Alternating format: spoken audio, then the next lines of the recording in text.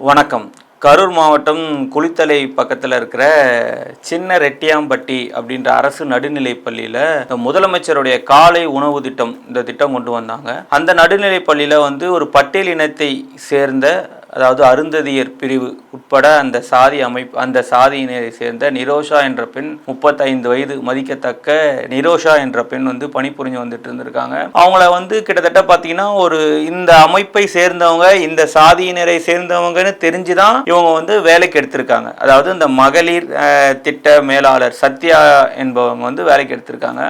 அவங்க ஒரு 3 மாசமா வேலை செஞ்சுட்டு இருந்திருக்காங்க. அதுக்கப்புறம் அவங்கள வேலையிலேருந்து நிறுத்தியிருக்காங்க. என்ன காரணம் அப்படின்னு கேட்டா, அந்த சின்ன ரெட்டியாம்பட்டி அரசு நடுநிலை பள்ளியில் இருக்கிற மாணவர்கள் அவர்கள் சமைக்கும் உணவை உண்பதால், அதாவது பட்டியலினம்ன்றதுனாலேயே அவங்க சமைக்கிற சாப்பாடை சாப்பிடக்கூடாது, அவங்க சமைச்சா எங்க பசங்க சாப்பிடக்கூடாது, ஸ்கூலுக்கே நாங்க அனுப்ப மாட்டோம்னு சொல்லி அந்த அரசு நடுநிலை பள்ளியில படிக்கிற மாணவர்களுடைய பெற்றோர்கள் சொன்னதா, அதனால இந்த தலைமை ஆசிரியர் இந்த நிரோஷா என்ற பட்டேல் வகுப்பை சேர்ந்த பெண்ணை வேலைக்கு வர வேணான்னு சொல்லி நிறுத்தியிருக்காங்க. இது எந்த அளவுக்கு ஒரு சாதி ரீதியான உச்சம் அநீதி பார்த்தீங்களா?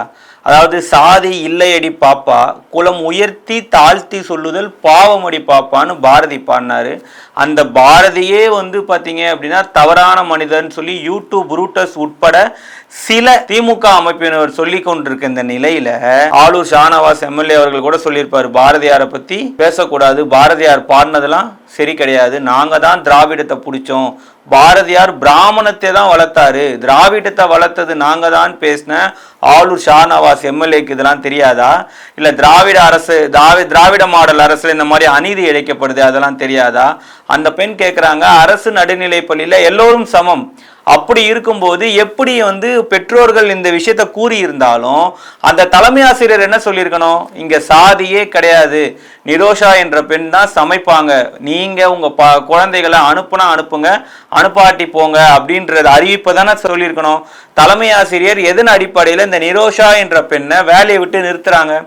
அதுக்காக இவங்க அதே மகளிர் வட்டார மேலாளர்கிட்ட போய் புகார் கொடுக்குறாங்க. சத்யான்றவங்க, அவங்க தான் இவங்களை வேலைக்கு எடுத்தாங்க. அவங்க கிட்ட போய் சொன்னாலும் அவங்களும் என்ன சொல்றாங்கன்னா, நீங்க இந்த அமைப்பை சேர்ந்தவங்க, அதனால பெற்றோர்கள் சொல்றாங்க தங்களுடைய குழந்தைகளை பள்ளிக்கு அனுப்ப மாட்டாங்க, அப்புறம் பள்ளியுடைய மாணவர்கள் சேர்க்கை கம்மி ஆயிடும், அதனால நீங்க இதுக்கப்புறம் வேலைக்கு வராதீங்க, உங்களுக்கு வேலை இல்லை அப்படின்னு சொல்லி சாதிய வச்சு ஒரு அரசு நடுநிலை பள்ளியில சமைக்கிற வேலைக்கு போறவங்களை நிறுத்த முடியும் அப்படின்னா இந்த சாதிய வன்கொடுமை தமிழ்நாட்டில் எந்த அளவுக்கு இருக்கு?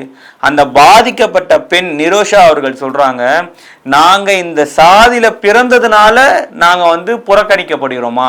நாங்க என்ன தவறு செஞ்சோம்? என்ன இந்த சாதி அமைப்புன்னு தெரிஞ்சுதான் என்னை வேலைக்கு எடுத்தாங்க, நான் வேலை செஞ்சேன், நல்லாதான் வேலை செஞ்சேன், நல்லாதான் சமைச்சு போட்டேன், என் சமையல்ல எந்த குறையும் இல்லை, ஆனா நான் இந்த சாதின்றதுனால இது ஒரு குறையாக கருதப்பட்டு என்ன வேலையை விட்டு தூக்கிட்டாங்கன்னா இது எப்படி நீங்க சொல்ற இந்த திராவிட மாடல் அரசாங்கம் இதை தான் பாக்குதா? தன்னை சமூக நீதி நாயகன் சொல்லிக்கிற முதல்வர் மு க ஸ்டாலின் அவர்கள் இதை அனுமதிக்கிறாரா? எப்படி நான் அரசு நடுநிலை பள்ளியில இந்த பிரச்சனை நடக்கும்? அன்பில் மகேஷ் பொய்யாமொழி எல்லாத்துக்கும் குரல் கொடுக்கக்கூடியவர், உதயநிதி ரசிகர் மன்ற தலைவர், அவர் எங்க போனார்? அவர் தானே, அவருடைய கட்டுப்பாட்டுக்கு தானே பள்ளி கல்வித்துறை இருக்கு. முதலமைச்சர் காலை உணவு திட்டத்தை தொடக்கி வச்சது யாரு? எல்லாரும் என்ன சொல்றாங்க? முதலமைச்சரோட காலை உணவு திட்டத்துல பயன்பெறக்கூடிய ஒரு நபரா துணை முதல்வர் திரு உதயநிதி அவர்களும் இருக்காரு. அப்போ உதயநிதி அவர்கள் உட்பட பட்டேல் இனத்து பெண் சமைச்சா சாப்பிட மாட்டாரா? இதே பிரச்சனை அதிமுக காலகட்டத்தில் இருந்தது. மரியாதைக்குரிய திரு தனபால் அவர்கள் உணவு அவர் வீட்டில் தனபால் அவர்கள் வீட்டில் ஒரு விசேஷம், அதுக்கு எல்லா அதிமுகவினரையும் மினிஸ்டரையும் கூப்பிட்டா யாருமே சாப்பிடவே இல்லை. அவர் ரொம்ப வருத்தத்தோட அன்றைய முதல்வராக இருந்த ஜெயலலிதா அவர்களிடம் பதிவு பண்ண போது அவரை உணவு கட்டுப்பாட்டு துறைக்கு மாத்தினாங்க. அவர் மட்டும்தான் இந்த பட்டியலினத்தை வகுப்பை சேர்ந்த அமைச்சர்களை முதல்ல உணவு சம்பந்தப்பட்ட துணைக்கு, உணவு வழங்கல் துறைக்கு மாத்தினாங்க. அப்புறம் தமிழ்நாடே அவருடைய உணவு வழங்கல் துறைக்கு கீழே தான் செயல்பட்டது. மீண்டும் அதே தனபால் மேல சாதிய வன்கொடுமை தீண்டாமை இருந்தது அதிமுக வட்டாரத்திலே. மீண்டும் அவர் என்ன ஆக்குனாங்க, சபாநாயகர் ஆக்குனாங்க. அவங்க தான் உண்மையான சமூக நீதி போராட்ட தாய். இவரு சமூக நீதி நாயகன் சொல்லக்கூடிய ஸ்டாலின் இந்த மாதிரி ஒரு முன்னெடுப்பாச்சு எடுத்திருக்கிறாரா? எந்த பட்டியலினத்தை சேர்ந்தவர்களாச்சு முன்னணி துறையில அமைச்சரா பதவி வகிச்சிருக்காங்களா, சபாநாயகரா ஆகியிருக்காங்களா? எதுவுமே ஆனதே கிடையாது. பட்டியலினத்தை வகுப்பை சேர்ந்த ஒரு எம்எல்ஏ வாச்சி முன்னணி அமைச்சரவையில பங்கு பெற்றிருக்காங்களா? முக்கியமான போர்ட்போலியோன்னு சொல்லக்கூடிய மின்சாரம், பள்ளி கல்வித்துறை, உயர்கல்வித்துறை, சுற்றுலாத்துறை, அறநிலைத்துறைன்னு சொல்லி முக்கியமான துறைகள்ல எங்கன்னா பங்கு பெற்றிருக்காங்களா? ஒரே ஒரு துறை, அது கூட ஆதி திராவிடர் சமூக நலத்துறையில கயல்விழி செல்வராஜன் ஒரு ஆதி திராவிடத்தை சேர்ந்தவங்க ஒருத்தவங்க அமைச்சரா இருக்காங்க. மற்றபடி என்ன முன்னெடுப்பு எடுத்தாங்க இந்த திராவிட மாடல் அரசாங்கம்? எதனால தன்னை சமூக நீதி நாயகன் சொல்லி இருக்கிறாங்க? எப்பயாவது சபாநாயகர் அரியணையில தாழ்த்தப்பட்ட சமுதாயத்தை சேர்ந்த தனபால் அவர்களை சபாநாயகரா முன்னிறுத்தி எதிர்கட்சி தலைவர்ல இருந்து முதலமைச்சர் வரைக்கும் எந்த சட்டமன்ற உறுப்பினர் அந்த அமைச்சரவைக்குள்ள நுழைஞ்சாலும் அவருக்கு வணக்கம் சொல்லாம, அவரை வணங்காம அவையில உட்காரக்கூடாதுன்னு சொல்லி இந்த முடிவெடுத்த செல்வி ஜெயலலிதா அவர்கள் பாராட்டக்கூடிய விஷயமா? இல்ல சமூக நீதி நாயகன் தன்னை பொய்யா புரட்டி பேசி தன் புகழை பாடிக்கொண்டு நான் தான் சமூக நீதி நாயகன், திராவிட மாடல் அரசாங்கம், சமூக நீதி அரசாங்கம், மக்களுக்கான அரசாங்கம், சாதி ஒழிப்பு அரசாங்கம் சொல்லி போலி வேஷம் போடுற திமுகவை சேர்ந்த முதலமைச்சர் மு.க. ஸ்டாலின் உண்மையான சமூக நீதி நாயகனா?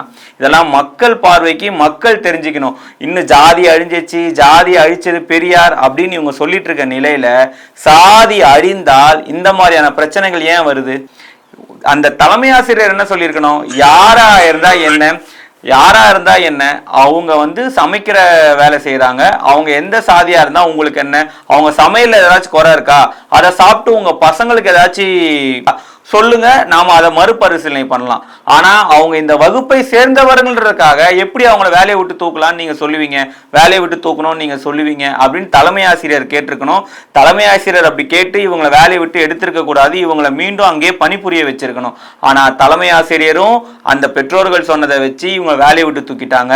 இந்த நிரோஷா என்ற பெண் தன்னுடைய வருமானத்துக்கே ரொம்ப கஷ்டப்பட்டு ஏன் இந்த மாதிரி ஒரு சாதி அமைப்பு, இந்த சாதிய வன்கொடுமையில சிக்கிட்டோம், இதுதான் உண்மையில சாதிய வன்கொடுமை, இதுக்குதான் திருமாவளவன் குரல் கொடுக்கணும். ஆனா திருமாவளவன் பட்டியலினத்துக்கு எதிராக செயல்படுற எந்த விஷயத்துக்காகவும் திருமாவளவன் குரல் கொடுக்கறதே இல்லை.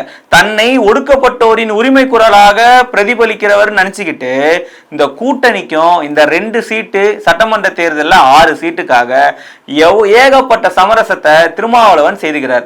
அப்புறம் ஏன் திருமாவளவன் தன்னை பட்டியலினத்து பிரதிநிதியாக வெளிக்காமிச்சுக்கிறாரு? மக்களை ஏமாத்த. இந்த பிரச்சனைக்கு திருமாவளவன் குரல் கொடுத்துருக்கணும்ல. ஏப்பா சாதிய ரீதியான வன்கொடுமை என்ன இது? நம்ம எந்த நூற்றாண்டுல இருக்கோம்? அம்பேத்கர் பிறந்த மண், அம்பேத்கருடைய பிறந்த நாடு, காந்தி பிறந்த நாடு, அது இல்லாம ரெட்டமலை சீனிவாசன் பிறந்த மண்ணு. எப்படிப்பா இந்த சாதியை நீங்க இன்னும் தூக்கி பிடிக்கிறீங்க? இது அரசாங்கத்துக்கு, இந்த அரசை நான் வன்மையாக கண்டிக்கிறேன். ஏன் ஒரு அறிக்கை இல்லாமே? அறிக்கை விட்டா கூட்டணியில எக்ஸ்ட்ரா சீட்டு கேட்டா தரமாட்டாங்க. இந்த தடவை 6 சீட்டுக்கு பதிலாக 10 சீட்டு கேட்டிருக்கு விடுதலை சிறுத்தைகள் கட்சிகள்.